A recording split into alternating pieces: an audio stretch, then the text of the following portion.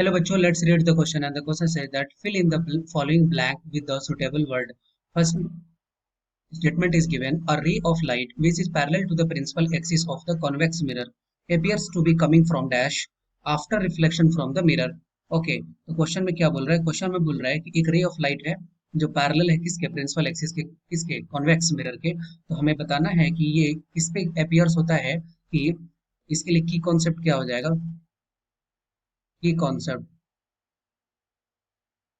यहाँ पे हो जाएगा convex mirror, reflection through convex mirror. Okay, discuss करते हैं, काफी इजी क्वेश्चन है। तो सबसे पहले जस्ट कंसिडर कर रहे हैं कि ये हो गया क्या, कॉन्वेक्स मिरर। इसमें ये पार्ट रहता है नॉन रिफ्लेक्टिंग, ठीक है, ये नॉन रिफ्लेक्टिंग हो गया।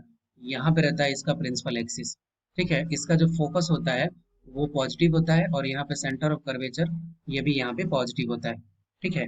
अब हमें बोल रहा है क्वेश्चन में कि parallel to the principal axis है आफ्टर रिफ्लेक्शन, ठीक है। After reflection parallel to the axis है, इसका मतलब कि कहाँ से आते हुए दिख रहा होगा ये हमें बताना है। तो इसके लिए राइट आंसर क्या होगा कि ये कहीं ना कहीं इस तरह से आ रहा होगा, क्योंकि फोकस पे आने के बाद ही after reflection parallel to the principal axis जाता है। ये लॉ ऑफ रिफ्लेक्शन में भी है कि अगर इमेज फॉर्मेशन के लिए तीन लॉ होते हैं। पहला क्या होता कि अगर parallel to the principal axis है तो आफ्टर रिफ्लेक्शन फोकस से पास करेगा। उल्टा इसका क्या है कि अगर फोकस से आ रहा है तो parallel to the principal axis जाएगा, सेंटर ऑफ कर्वेचर से आ रहा है तो सेंटर ऑफ कर्वेचर से ही वापस जाएगा, ठीक है। तो ये कहाँ से आते हुए प्रतीत हो रहा है, appears to be coming from focus, क्योंकि ये फोकस है तो आफ्टर रिफ्लेक्शन, और यहाँ पे लॉ ऑफ रिफ्लेक्शन को फॉलो करते हुए आएगा। तो ये हो गया आई, और ये हो गया आर, एंगल ऑफ इंसिडेंस, क्योंकि हमें पता है आई इज इक्वल टू क्या होता है, आर। इस क्वेश्चन का राइट आंसर क्या होगा, इसमें क्या फिल इन द ब्लैंक्स में होगा, फोकस।